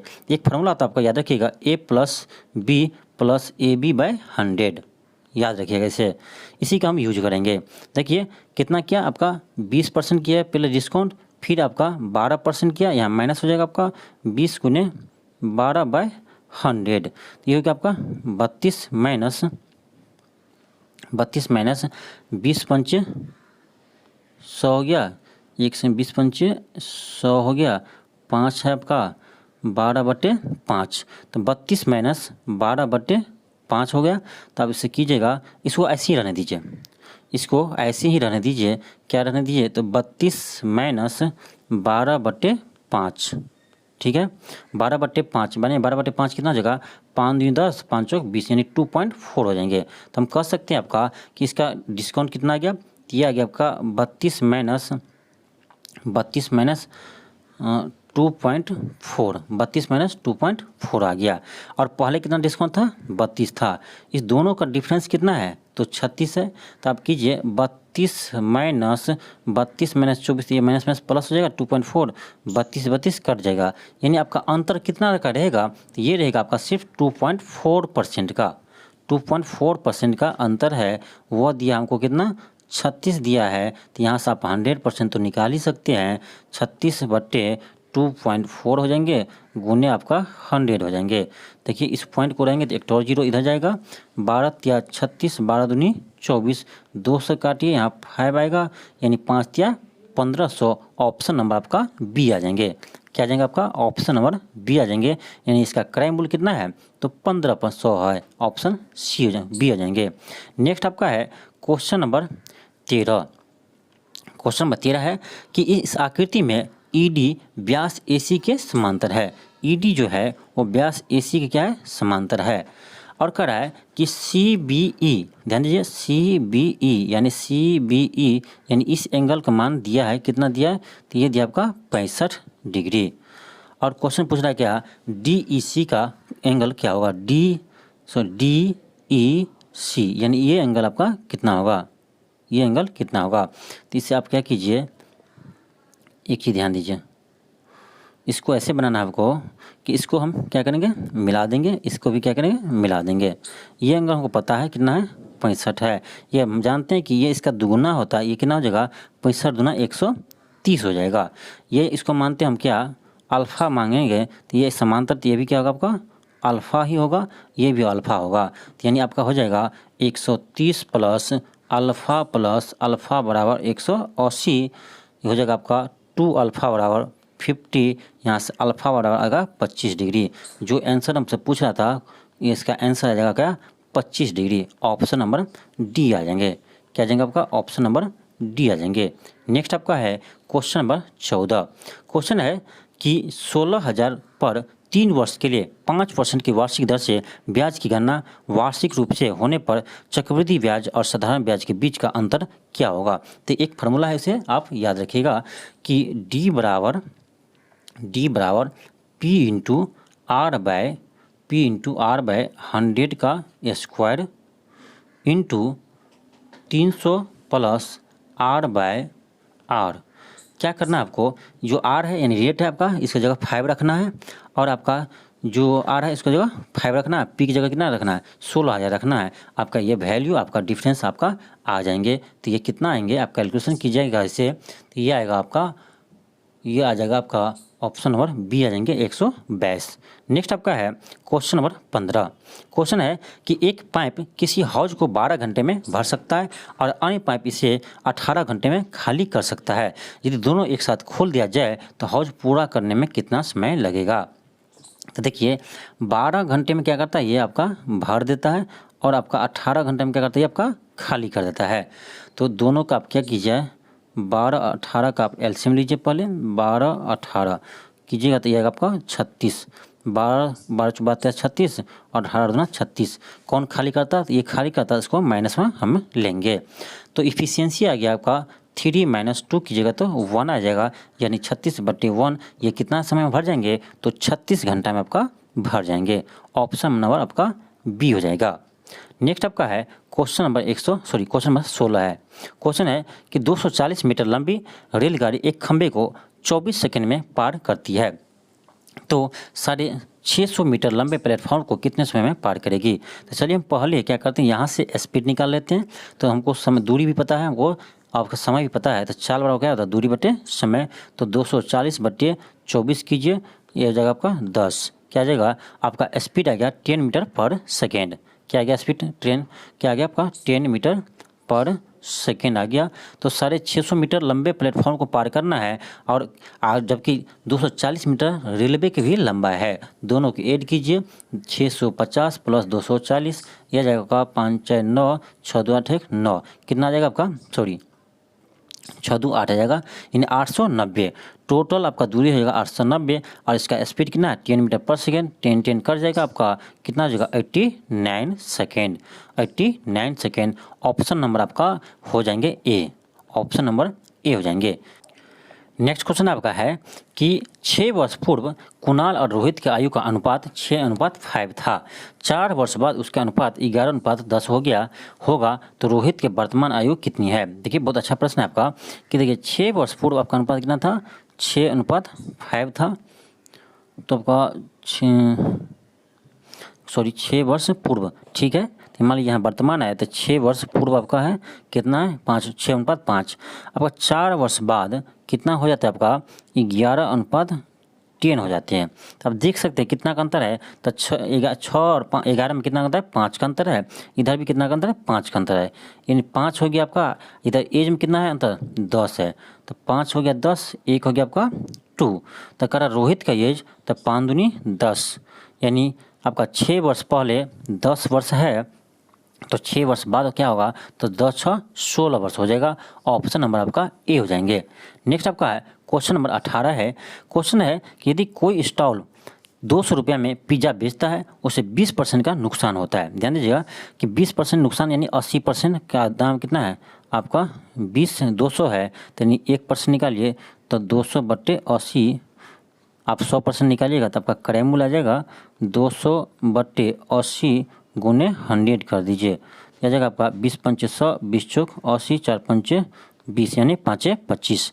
आपका आ गया क्रय मूल्य, यहाँ से क्या आ गया 250। कितना आ गया क्रय मूल्य आपका आ गया 250, 250 आ गया आपका क्रय मूल्य। अब कह रहा है कि 10% लाभ अर्जित करने के लिए यानी 110/100, 0 आपका कर जाएंगे, आ जाएगा 25 गुने 11, 25 गुने 11। आप मल्टीप्लाई कीजिए 25 को 11 से, आ जाएगा 25, 275 आ जाएंगे, यानी ऑप्शन नंबर सी आ जाएंगे। 10% लाभ कमाने के लिए उसे 275 में बेचना पड़ेगा। नेक्स्ट क्वेश्चन आपका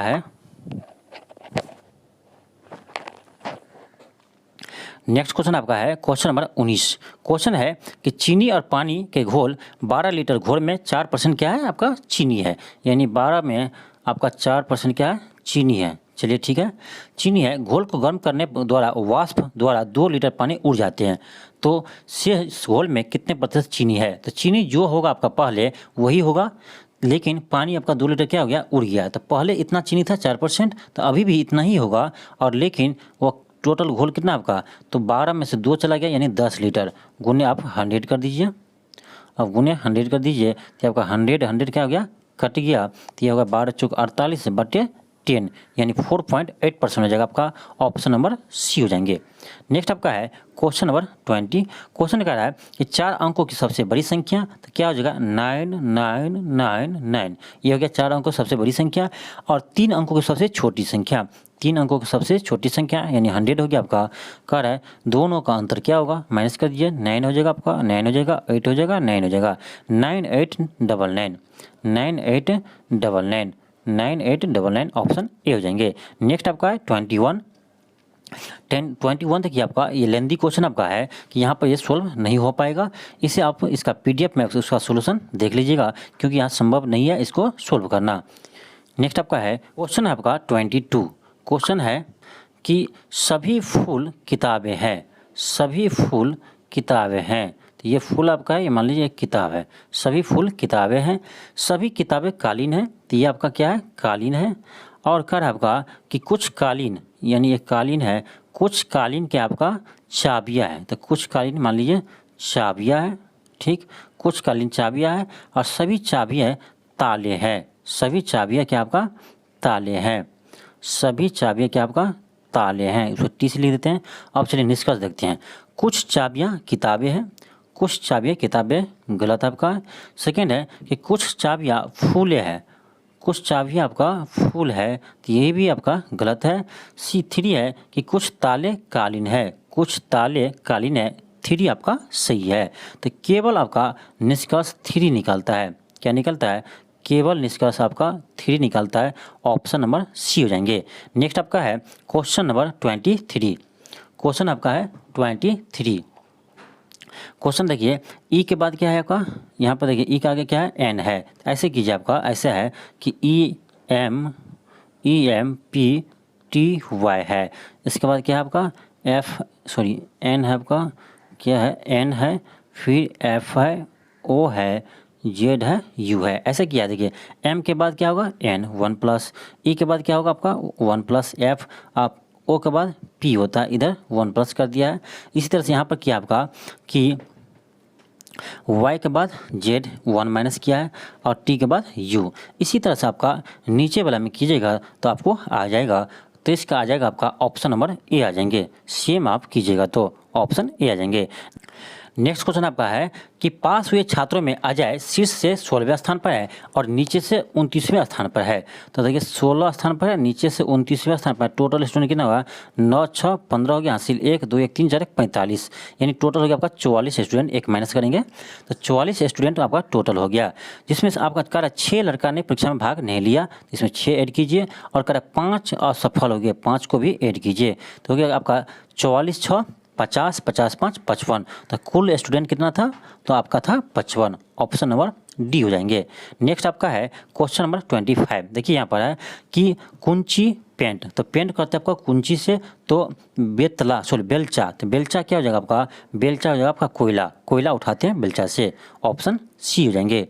नेक्स्ट आपका क्वेश्चन नंबर 26, इसे आप इसका आपको सोल्यूशन दे देंगे, वहाँ से आप आंसर इसका सोल्यूशन देख लीजिएगा 26 का, क्योंकि यहाँ पर अगर सोल्व करना संभव नहीं है। नेक्स्ट आपका है क्वेश्चन नंबर 27। ये तो आसान क्वेश्चन आपका, इसमें दिया है P को प्लस व्यक्त कीजिए, Q को माइनस कीजिए और R को भाग कीजिए। चलिए देखते हैं। देखिए 18 है, यहाँ पे क्या है S है, तो S को क्या करने के लिए, S मतलब गुना कीजिए 3 को, फिर क्या आपका R है, R का मतलब क्या है, R का मतलब है भाग दीजिए किससे, 12 से। फिर आपका Q का मतलब क्या है, माइनस है, माइनस कीजिए 6 से। P है, P का मतलब क्या है, प्लस है, प्लस कीजिए 7। यहाँ से आप कैलकुलेशन कीजिए तो हो जाएगा 18, तो 18 गुने 3 है, भागा हो जाएगा आपका 12 और माइनस 7 में से 6 गया तो प्लस 1 हो जाएगा। ये का 6 दूनी 12, 36 18, 3 3 9/2 यानी 4.5 प्लस 1 5.5 हो जाएगा। आप कैलकुलेशन कर लीजिएगा, 5.5 हो जाएगा। ऑप्शन नंबर सी हो जाएंगे। नेक्स्ट आपका है क्वेश्चन नंबर 28। 28 आपका 28 है कि इसमें ऐसे कितने अक्षर युग्म है जिनके बीच उतने ही अक्षर आते हैं जितने अंग्रेजी वर्णमाला में आते हैं, अंग्रेजी वर्णमाला में आते हैं। तो देखिए आप डी के बाद क्या होता है आपका, ई होता है, डी के बाद ई होता है, एक तो आ गया यहीं पर आपका और एक आ गया आपका यहाँ पर। देखिए ए के बाद क्या है, डी है, तो बी सी डी। 2 आ गया आपका, एन के बाद क्या होता है, ओ होता है। 3 आ गया आपका और 3 आ गया आपका, एक और है आपका आई के बाद। देखिए आई के बाद आपका ओ आएंगे, यानी 4 हो गया। ऑप्शन ए हो जाएंगे। नेक्स्ट आपका है क्वेश्चन नंबर 29 है। क्वेश्चन 29 में क्या है, देखिए क्वेश्चन देखिए यहाँ 2 है तो यहाँ 10 है, यानी 2 पंचे 10 है, फिर 10 चौक 40 है, यानी पहले 5 से गुना किए फिर 4 से गुना किए, फिर आपका क्या है कि 40 दिया 120 है, आप क्या किया 3 से गुना किए, तो आगे क्या होगा 200 गुना होगा, तो 120 दूना 240 हो जाएंगे। यानी एक एक घट रहा है, 5 से फिर 4 से फिर 3 से फिर 2 से हो जाएंगे, फिर 1 से हो जाएंगे, तो आपका ऑप्शन बी हो जाएंगे 240। नेक्स्ट आपका क्वेश्चन नंबर 30, क्वेश्चन 30 है। इसका भी आप सोल्यूशन देख लीजिएगा वहाँ से, क्योंकि यहाँ पर बनाना संभव नहीं है। नेक्स्ट क्वेश्चन आपका, क्योंकि ये क्वेश्चन लेंथी है, इसे हम यहाँ सोल्व नहीं कर सकते हैं। नेक्स्ट आपका है क्वेश्चन नंबर 31। क्वेश्चन है कि गांधीनगर अंबेडकर नगर के पूर्व में है। ठीक है, आपका जो गांधीनगर है, मान लीजिए गांधीनगर है, अंबेडकर नगर के पूर्व में है। गांधीनगर जो है अंबेडकर नगर के पूर्व में है। एक सेकेंड, तो ये आपका पूरब, तो ये मान लीजिए गांधीनगर है, इसको अंबेडकर नगर ऐसे लिखिए। और कह रहा है कि सुभाष नगर गांधीनगर के उत्तर में है। सुभाष नगर गांधी के उत्तर में, ठीक है, ये है आपका सुभाष नगर गांधी के उत्तर में है। और कह रहा है भरतपुर सुभाष नगर के, क्वेश्चन क्या है कि गांधीनगर अंबेडकर नगर के पूर्व में है। ठीक है, गांधीनगर अंबेडकर नगर के पूर्व में। आगे है कि सुभाष नगर गांधीनगर के उत्तर में है। सुभाष नगर गांधीनगर के उत्तर में है। और कह रहा है गांधीनगर भरतपुर के उत्तर में है। गांधीनगर भरतपुर के उत्तर में है, तो यहाँ हो जाएगा आपका भरतपुर। ठीक है, क्वेश्चन कह रहा है कि भरतपुर सुभाष नगर के किस दिशा में है। भरतपुर सुभाष नगर के किस दिशा में है, तो ये है आपका भरतपुर सुभाष के दक्षिण दिशा में। ऑप्शन ए हो जाएंगे। नेक्स्ट आपका है क्वेश्चन नंबर 32। क्वेश्चन देखिए 32 को कह रहा है श्रृंखला का एक संख्या गलत है, वो कौन सा संख्या है। तो देख लीजिए आप, यहाँ एक डिफरेंस कितना है, तो 25 1 26 हो गया। फिर आपका एक क्या है, यहाँ पर आपका एक सेकंड ऐसे नहीं है, ऐसा नहीं है, एक सेकंड, यहाँ देखिए 123 124 125 है, यानी 1 1 क्या हुआ आपका प्लस हो गया। इसी तरह से 126 के बाद क्या 127 है, तो 1 प्लस है। 127 के बाद यहाँ 128 होना चाहिए, तो है कितना 129 है। कितना है 129 है, तो आपका ऑप्शन नंबर डी हो जाएगा जो रॉन्ग है। नेक्स्ट आपका है क्वेश्चन नंबर 33। 33 में देखिए क्या है, यहाँ 4 है, सॉरी यहाँ 14 है, तो यहाँ क्या है 20 है, तो यहाँ 16 है, तो आगे क्या होगा, सोचिए कैसे होगा। आप तब तक सोचिए कि कैसे होगा ये। देखिए ऐसा किया है कि 14 है, तो 14 से हम 20 कैसे ला सकते हैं, तो 14 प्लस 14/2 कीजिए, -1 कीजिए, ऐसा है। तो 14/2 करेंगे 7 आ जाएगा। 7 एक सेकेंड, 7 और 14, 7 14 7 11 21 हो गया। 21 में से 1 गया तो 20 हो गया, ऐसे बना है। इसी तरह से हम यहाँ भी करेंगे। 16 है तो 16 कीजिए, प्लस 16/2 कीजिए, -1 कीजिए, यह आएगा 8। तो 16 8 24 होता है, 24 में 1 गया तो आपका 23 हो जाएंगे। ऑप्शन नंबर ए हो जाएंगे। ऑप्शन नंबर ए हो जाएंगे। कह रहा है नीचे दिए गए में विषम को चुनिए। नीचे दिए गए में विषम को चुनिए। तो आपको देखना है इसमें कौन सा सबसे डिफरेंट है। तो आप देख लीजिए क्या है, डी के बाद क्या है, सी है, यानी एक माइनस किया है। सी के बाद क्या है आपका, एफ है। तो सी के बाद डी ई एफ यानी +3 किया गया है। फिर क्या है, एफ जी, जी एफ होता है -1 किया है। यहाँ देखिए एफ के बाद ई है यानी -1 किया है, ठीक है। ई के बाद एच है यानी ई एफ जी एच, ठीक है, यहाँ भी +3 है। इसी तरह सब कीजिएगा तो आपका जो सबसे डिफरेंट आ जाएगा वो आपका आंसर हो जाएगा। यानी आप देखिएगा ऑप्शन नंबर आपका सी हो जाएंगे, सी हो जाएंगे, आपका सबसे डिफरेंट हो जाएंगे। नेक्स्ट आपका है क्वेश्चन नंबर 35। क्वेश्चन 35 में देखना आपको कुल कितने त्रिभुज है, कुल कितने त्रिभुज है तो काउंट कीजिए, 1 2 3 4 और ये 5। 5 तो आपको ऐसे दिख रहा होगा, 5 ट्रायंगल, आपको 5 ट्रायंगल तो ऐसे ही दिख रहा होगा, ठीक है, 5 है। फिर आप इसको देखिए 5 है, चलिए ठीक, एक अंदर वाला है, एक ये बाहर वाला है, 2 2 हो गया आपका, 5 2 7 तो हो गया, और होगा, चलिए और देखते हैं, 7 हो गया आपका। और एक इसको देखिए, इसको देखिए, इसको एक 8 हो गया, और इसको देखिए एक 9 हो गया। इन टोटल आपका कितना हो गया, 9 ट्रायंगल। कितना आपका इसमें 9 ट्रायंगल है। क्वेश्चन है नेक्स्ट आपका 36 नंबर। दिए गए चित्र में से 10 सबसे नीचे होता तो ऊपर में कौन सा होता। देखिए क्वेश्चन को, यहाँ का 10 है, यहाँ 12 है, यहाँ 2 है, तो यहाँ 6 है, यहाँ 4 है, तो 8 है। कोई भी संख्या नहीं मिल रहा है। जब कोई भी संख्या नहीं मिल रहा है तो हम ऐसे में काउंट नहीं कर सकते हैं कि 10 के विपरीत कौन होगा, ऑप्शन डी हो जाएंगे, निर्धारित नहीं किया जा सकता है। नेक्स्ट आपका है 37। 37 का आपका ऑप्शन सी हो जाएंगे, इसका आप सोल्यूशन देख लीजिएगा। नेक्स्ट आपका 38 है कि जानवर और जमीनी जानवर और समुद्री जानवर। तो जानवर के अंदर आपका जमीनी भी आ जाएगा और समुद्री जानवर भी आ जाएगा, ऑप्शन नंबर आपका बी हो जाएंगे। नेक्स्ट आपका है क्वेश्चन नंबर 39। क्वेश्चन देखिए लिखा है DEAL, इसको ऐसे लिख सकते हैं, तो ये सिंपल है, क्या किया आपका DEAL, यानी डी का कोड क्या होता है 4 होता है, ई क्या होता है 5 होता है, ये 1 होता है, और आपका ए 1 होता है, और एल कितना होता है 12 होता है। ऐसे ही आपका किया गया है। तो आप देख लीजिए इसमें भी क्या है, LADY, एल का कोड क्या है आपका, तो एल का कोड है आपका 12, फिर ए कितने होते हैं 1 पर, फिर डी 4 पर, और आपका वाई जो है वो आता है आपका 25 पर। कौन हो जाएगा 12 1 4 25, ऑप्शन नंबर 2 बी हो जाएंगे, ऑप्शन नंबर बी हो जाएंगे। नेक्स्ट क्वेश्चन आपका क्वेश्चन नंबर 40। क्वेश्चन है कि इसको देखिए खाली स्थान को क्या करना है, आपको भरना है।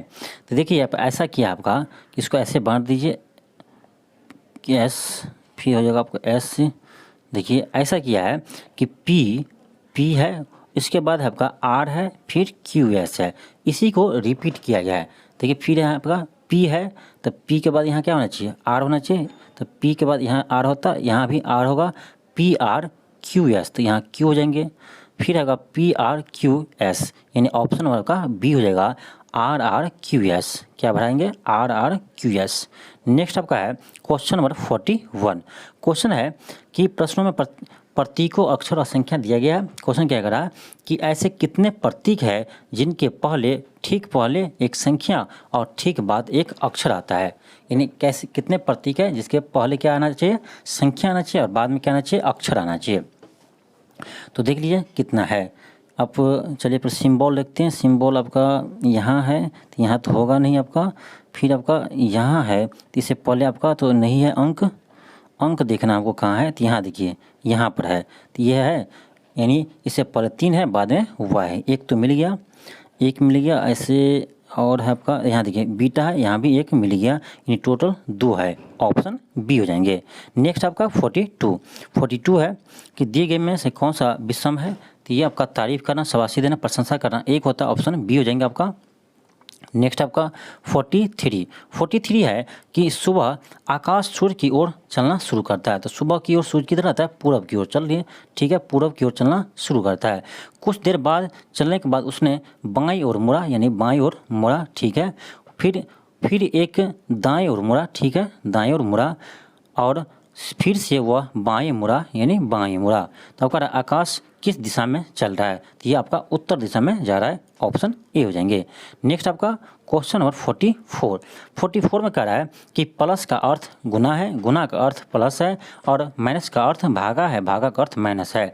तो ऐसे सब में आप बदलिए और देखिए किस ऑप्शन में आपका सही आता है। तो 42 का आप कीजिएगा तो ऑप्शन बी आ जाएंगे। नेक्स्ट आपका है 45 है कि यदि वर्णमाला को विपरीत क्रम में लिखा जाए, यानी इधर से लिखेंगे Z Y X W, इस तरह से लिखेंगे और कह रहा है लिखा जाए और Y से शुरू करते हुए प्रत्येक दूसरा अक्षर को क्या करना है, हटा देना है। जैसे Y है उसको हटा देना है, इसके बाद एक के बाद क्या आएगा W आएगा, उसको हटा देना है। इसी तरह से क्या करेंगे, एक के बाद एक अक्षर को क्या करेंगे, हटा देंगे।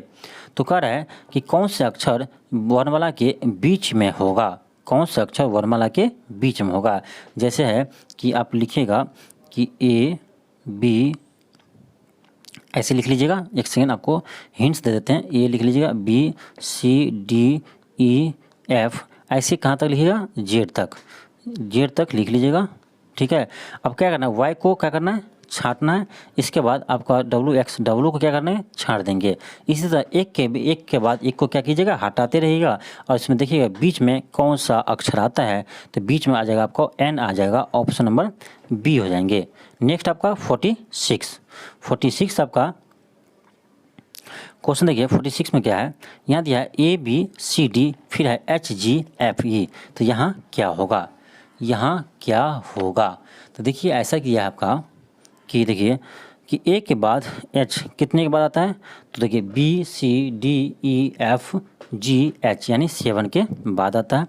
फिर आपका क्या है, बी के बाद आपका जी है, तो BCDEFG यानी 5 के बाद आता है। फिर क्या आपका कि सी के बाद एफ है, तो CDEF यानी 3 के बाद आता है। तो जितना गैपिंग इधर है ऐसे ही आप यहाँ से कीजिएगा। देखिए होगा PQRSTU भी, यानी शुरू कहाँ से होगा, भी से होगा। फिर आपका पी, तो पी के बाद QRSTU यानी भी, और इसके बाद होगा यू। आपका ऑप्शन ऐसा तो ऑप्शन डी ही है, ऑप्शन इसका डी हो जाएंगे। नेक्स्ट है 47 देखिए क्या है कि चित्र में संख्या व्यक्तियों को प्रदर्शित करती है जो भाषा जानते हैं। तो कह रहा सभी भाषा जानने वाले व्यक्तियों का, तो सभी भाषा कितने व्यक्ति जान रहे हैं, तो 100 जान रहे हैं, ठीक। का फ्रेंच न जानने वाले व्यक्तियों की संख्या का अनुपात क्या होगा, तो फ्रेंच नहीं जानने वाला, तो इसको आप क्या कीजिए, छोड़ दिए, इसमें जो भी संख्या इसको हटा दीजिए। क्या बच जाएगा, 220 यानी 420 हो गया, प्लस 120 यानी आपका 540 हो गया। भाग दीजिएगा तो आएगा आपका, ये आएगा 5, ये आ जाएगा आपका 27, यानी 5/27 आ जाएगा। ऑप्शन नंबर डी हो जाएंगे, ऑप्शन नंबर डी जाएंगे। नेक्स्ट आपका 148 है कि कह रहा है एक आदमी ने एक फोटो की ओर इशारा करते हुए कहा कि वह, ठीक है, एक आदमी है, एक सेकेंड, कोई एक आदमी है, ठीक है, कोई एक आदमी है और एक फ़ोटो है, ठीक, फ़ोटो है। फ़ोटो को इशारा करते हुए कहा कि वह महिला, यानी कोई एक महिला है, वो महिला यानी फ़ोटो में जो महिला है वो महिला मेरे भतीजे, कौन, मेरे भतीजे, ये जो फोटो महिला है, सॉरी, जो फोटो महिला है वो कौन है, तो इसके भतीजा, ठीक है, भतीजा यानी भाई का लड़का, भाई का कौन हुआ, लड़का हुआ, भतीजे में वह महिला मेरे भतीजे की नानी है, भतीजे के नानी है, यानी भतीजे के नानी है, ठीक है। महिला का भतीजे के नानी, महिला का आदमी के इकलौते भाई से क्या रिश्ता है, तो इकलौते भाई से क्या होगा, सास हो जाएगा। सिंपल क्वेश्चन आपका, क्या हो जाएगा, सास हो जाएगा। उसके नानी, उसके भतीजे का नानी है, तो उस लड़का का भाई का कौन है, तो सास है, ऑप्शन बी हो जाएंगे। नेक्स्ट आपका है क्वेश्चन 49। क्वेश्चन कर रहा है कि शब्दकोश में व्यवस्थित कीजिए और सबसे पहले जो आएगा उसको चुनिए। तो ये आएगा आपका टेम्परेचर, देख लीजिएगा, सबसे पहले यही आएगा। देखिए टी है, टी है, ठीक है। इसके बाद ई है तो ई है, इसके बाद एम है तो एम है, इसके बाद देखिए एम के बाद पी है, यहाँ भी पी है, लेकिन पी के बाद यहाँ क्या है, एल है, लेकिन यहाँ ई है, तो आप एल से पहले क्या आता है आपका, ई आता है, तो ऑप्शन डी हो जाएंगे। नेक्स्ट क्वेश्चन आपका क्वेश्चन नंबर 50 और यह आपका आज का लास्ट प्रश्न है। क्वेश्चन है कि निम्नलिखित विकल्पों में से कौन सा विकल्प नीचे दिए गए शब्दों का सार्थक अवरोही क्रम को दर्शाता है। तो ये हो जाएगा आपका, सबसे पहले हो जाएगा आपका उंगली, इसके बाद हो जाएगा आपका हथेली, उंगली के बाद हो जाएगा आपका हथेली, इसके बाद होगा आपका कलाई, कलाई के बाद हो जाएगा आपका कोहनी, कोहनी के बाद हो जाएगा कंधा, यानी हो जाएगा आपका सबसे पहले क्या होगा 5, 5 के बाद 4, 4 के बाद 2, इस आपका हो जाएगा ऑप्शन नंबर क्या आ जाएंगे, ऑप्शन नंबर आपका बी हो जाएंगे। तो ये था आपका 150 प्रश्न का प्रैक्टिस सेट, इसमें आपका टोटल हम 150 क्वेश्चन को सोल्व करवाए हैं। तो ये था आपका प्रैक्टिस नंबर 4। चलिए हम नेक्स्ट वीडियो में आपका प्रैक्टिस सेट 5 था ना आज क्वेश्चन, प्रैक्टिस सेट में आप 5 था आपका, नेक्स्ट वीडियो में हम प्रैक्टिस सेट में आपका 6 लेकर आते हैं। आपका यह वीडियो आपका कल आएगा इसी समय में। तो चलिए आज के लिए इतना ही, थैंक यू, धन्यवाद। यदि आप चैनल पर नए हो तो चैनल को ज़रूर सब्सक्राइब कर लीजिएगा।